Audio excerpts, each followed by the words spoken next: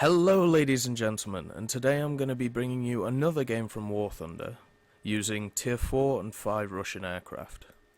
Now, the Russians at this level are very good, just because they have immense firepower compared to everyone else.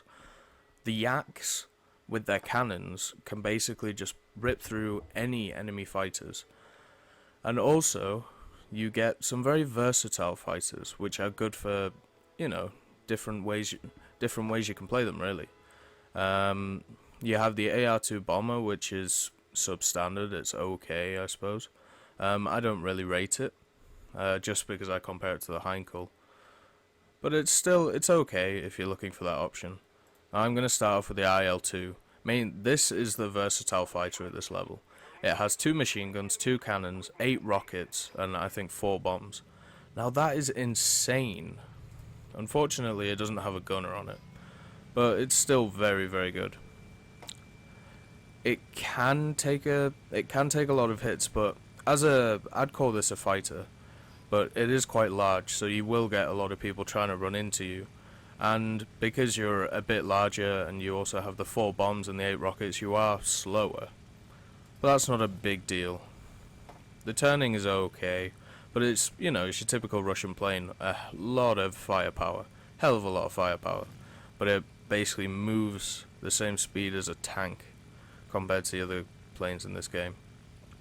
So let's have a look. Got a pea shooter up there, which we won't bother with. I think first we'll go for a bombing run. That sounds like a good idea. Try and get rid of these bombs straight away. There's some American planes going around. I'm not really sure about the American planes. Every faction has their own thing. Like with Britain, the planes are very, very maneuverable, which is nice, and some have a lot of firepower. The Germans, they're the Hun in the sun, so they're fast but not very agile. The Russians, they are big and stompy. That's how I would describe them. The Americans, I suppose in later tiers they have very, very good bombers, so maybe they're the faction to go if you enjoy bombing. Let's see, can we hit this thing? Yeah, let's just take it out. Get rid of it. Up a bit. Right, is there anyone following us? Nope, so that's good. Remember, always check your minimap. Your minimap, it doesn't span that much of the battlefield, but it's a lot easier than just going around with the camera. Okay, here comes the artillery. See if...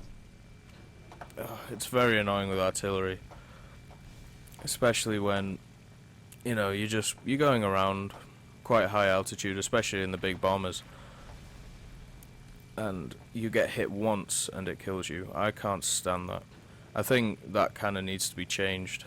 Maybe just reduce the damage they do, because once the flak is around you, you know that you're in for some serious trouble right there. Oh, one of my teammates is helping me, that's nice.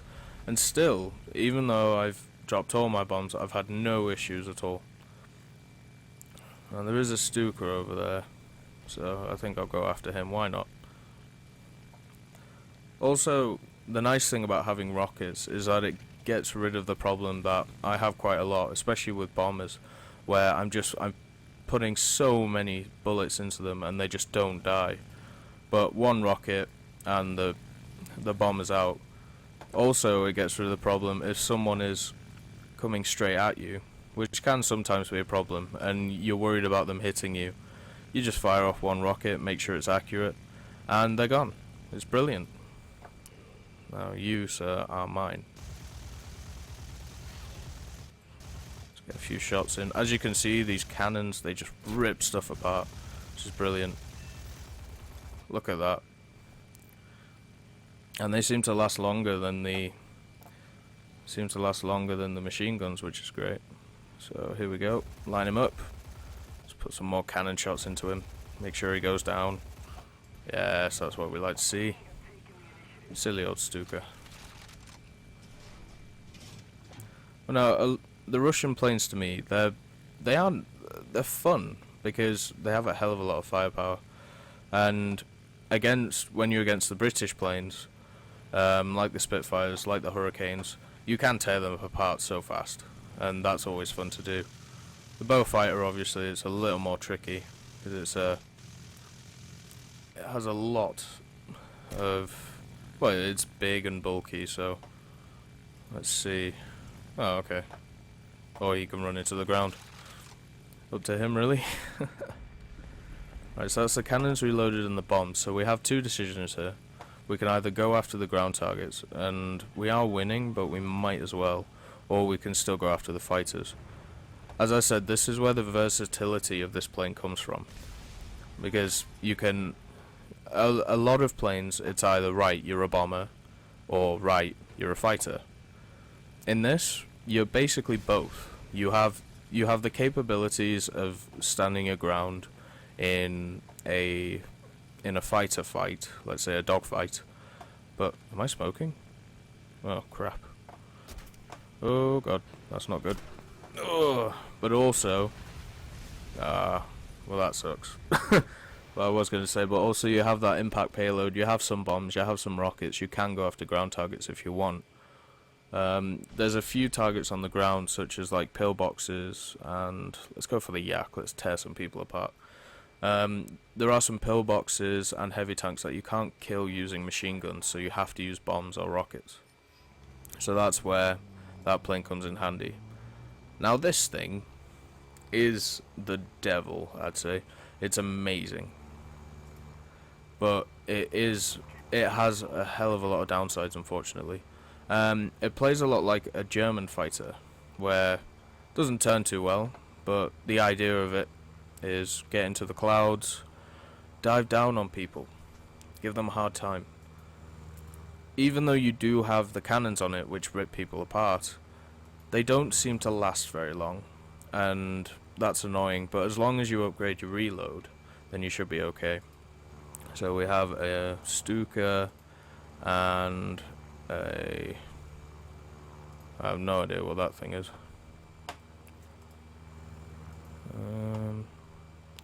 And a beautiful PBY. Maybe if my ally gets this, I'll go after the PBY.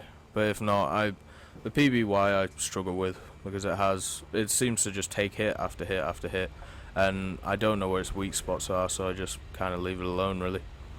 Right, here we go. It looks like my ally sorted out that Stuka.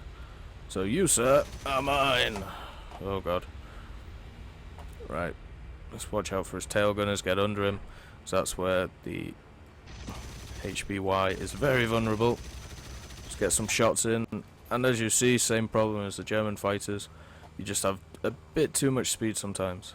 But that's okay, especially when the PBY, which is very heavily armoured with all of its flipping guns. It's okay. See, I only fired my cannons there for maybe 10 seconds and they're already out. I mean, I have done a lot of damage to it, but still, that's not very long, especially when you compare it to the, I think it's a Spitfire Mark 6, which has two cannons, and they last a hell of a lot longer, so they're a lot more useful. But then again, this is a tier 5 plane, and that's a tier 6 plane, so I suppose there's a difference there. Now, I'm just going to try and film through a few more holes. It seems like his gunners are reloading, or they've just decided not to fire. I don't know how it works, because sometimes I have that, where my gunners are not reloading, but they just decide that they don't want any of it.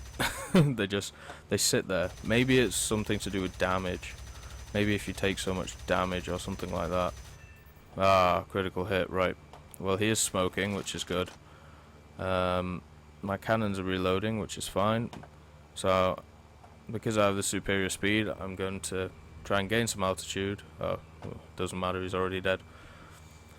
I wouldn't use this thing as a dogfighter at all. I think that's a terrible idea. I think, as I said, it's a get up to high altitudes and dive on people. Maybe, at this low tier, I suppose even 1,000 altitude is fine. Oh, right, my cannons are reloading, which is great. Also, the good thing about cannons, you can do a bit more damage to ground units. But if I were you, I would use it more on the fighters. It seems to be more useful. Another Stuka, wow. These guys really like these things. maybe I just don't get the appeal of the Stuka. It just the payload on it, it's the same as that other Russian plane I was using, but you can't use the Stuka as a fighter as well. It just doesn't work. It's not good enough. So here we go. Line him up. Somehow I missed. I don't know. Oh god. Oh, that was my fault. That was stupid from me. Oh well.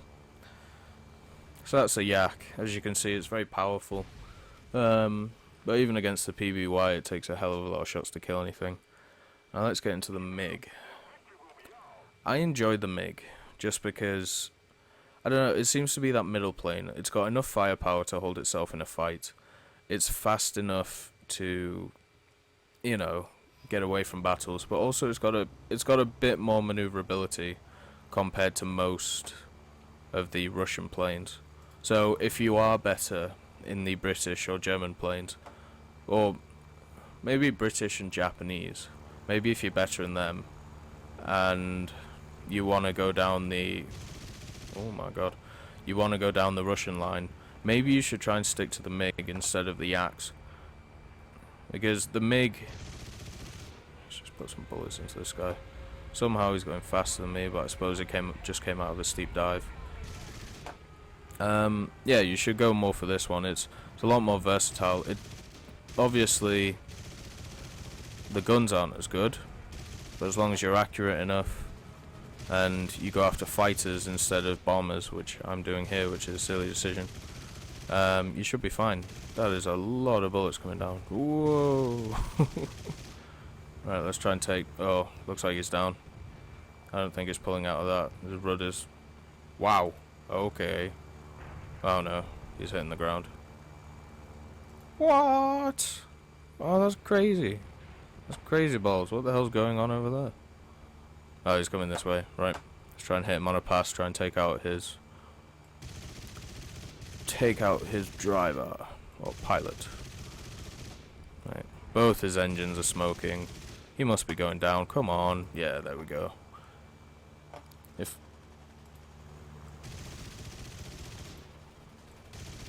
I don't think anyone's scored any criticals on him yet, but his whole plane must be pretty much dead right now. I mean, both his engines are smoking, which means that he's probably leaking fuel. Yeah, he's gonna hit that rock. Nice one. And now I have 3 fighters behind me, so hopefully they can back me up. What have we got here? Yeah, he's going away from me. Okay. I wasn't really sure there. It looked as if he was... Oh. See, now this is the problem with the MiG. It seems that with the 3 machine guns, 2 of them or 1 of them runs out first, and then the other 2 run out. So for a time period, you're left with 1 or 2 guns, which is not ideal. It's the same firepower as like tier 1 aircraft. Yeah, it looks like my guy needs some help. Let's try and fill this guy with bullets. Ah, lovely. Whoa, that was close. Not really sure what happened there. Might have to watch that back. Right, here comes the Stuka. He's coming in. Let's put some bullets into him. Right, that was good. Oh no. There's not much I could have done about that, but looks like it's the end of the game and we've won. So that's good. Oh, that's annoying. It's always the end of the game. Always something stupid happens. But oh well. Let's have a look at the results screen when it comes up.